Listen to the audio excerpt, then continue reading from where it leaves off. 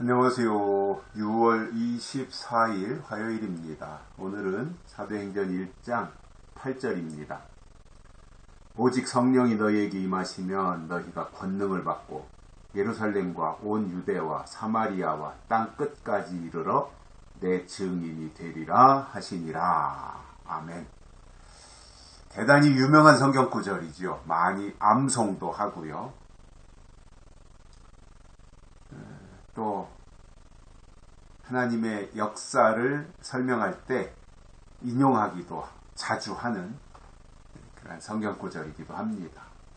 성령이 너희에게 임하시면 너희가 권능을 받고 예루살렘과 온 유대와 사마리아와 땅끝까지 이르러 내 증인이 되리라.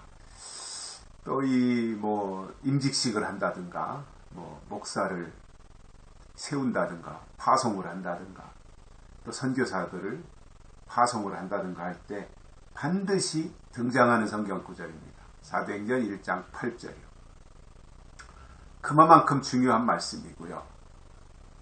또 그만큼 힘을 주고 위로를 얻는 그러한 말씀이기도 합니다. 사람이 위로할 때 그 사람이 하는 위로에도 굉장한 용기를 얻을 때가 있죠. 내가 굉장히 힘들고 궁지에 몰렸는데 누군가가 굉장히 다가와서 손을 내밀고 격려해주고 위로해주고 힘을 북돋아주고 이렇게 하면 이렇게 좀 추스리고 싶은 마음이 생기고 용기도 생기잖아요. 사람의 위로도 그렇습니다. 그런데 하나님의 위로는 얼마나 더 하겠어요. 하나님이 위로해 주신다. 내가 너와 함께한다.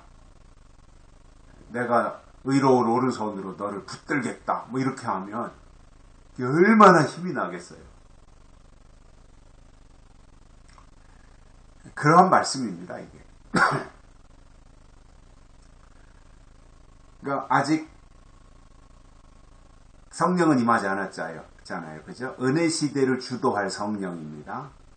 구약에서도 개인적으로 성령 받았던, 성신을 받았던 사람들이 있잖아요. 그런데 시대적으로 이제 본격적인 성령이 주도하는 시대가 도래했다고 하는 것을 알려주는 거잖아요.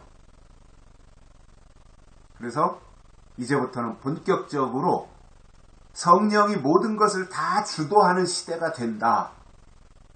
성령이 사람을 움직이기도 하고 성령이 교회를 세우기도 하고 모든 것을 성령이 주도하는 시대가 된다. 이렇게 지금 선언을 해주고 있는 거잖아요. 그래서 성령이 너에게 임하시면 너희가 권능을 받는다. 자, 이 문맥을 잘 보셔야 됩니다. 이 문맥이 어떻게 됐어요? 성령이 임하시면 권능을 받고 이렇게 돼 있어요. 그러니까 성령이 임하는 것과 권능이 임하는 것이 동시에 같이 있다는 거예요.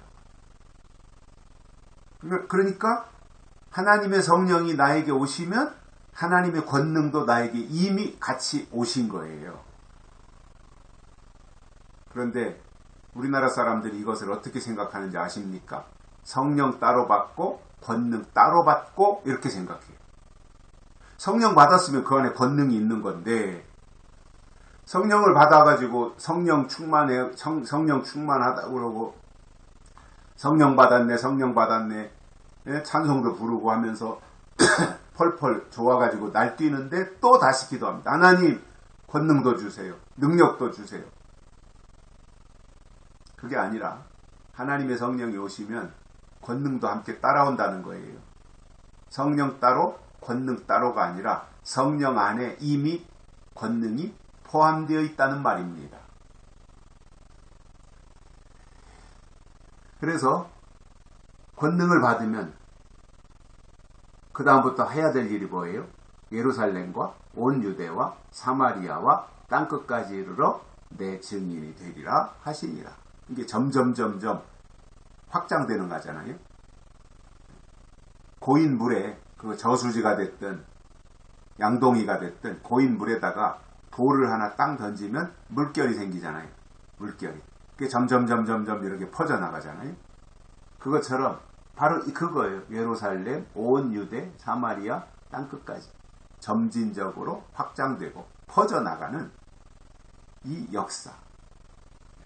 그래서 성령이라고 하는 것, 또 성령이 주시는 성령의 권능이라고 하는 것, 또 성령이 주시는 말씀에 대한 깨달음이라고 하는 것은 어느 한 곳에 멈춰 있는 것이 아니라 계속해서 물결을 일으키며 확장되고 퍼져나간다는 거죠.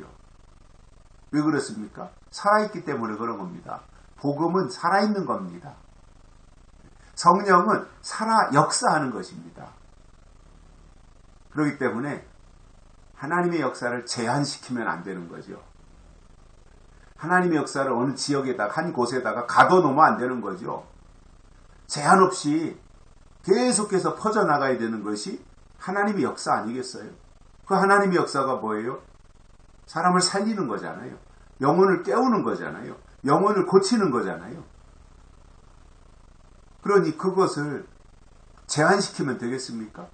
한 곳에 이게 머물러 있게만 해서 되겠습니까? 계속해서 움직여야 되잖아요. 하나님의 역사가 계속해서 퍼져나가고 확장되어져 나가고 땅끝까지 그것이 나갈 수 있도록 해야 되잖아요. 그래서 이 역사가 실제로 인간의 힘으로 못하는 거잖아요. 어떻게 땅끝까지 갈 수 있어요? 인간의 역사, 인간의 힘으로. 이때 당시에 2000년 전에 지금 같으면 유튜브로도 간다고 하고 뭐 이메일을 통해서도 간다고 하고 온라인을 통해서 뭐 얼마든지 지금은 이게 가능하지만 이 사도행전 1장이 기록될 이 당시에 땅끝까지 어떻게 이룰 수 있어요? 땅끝까지.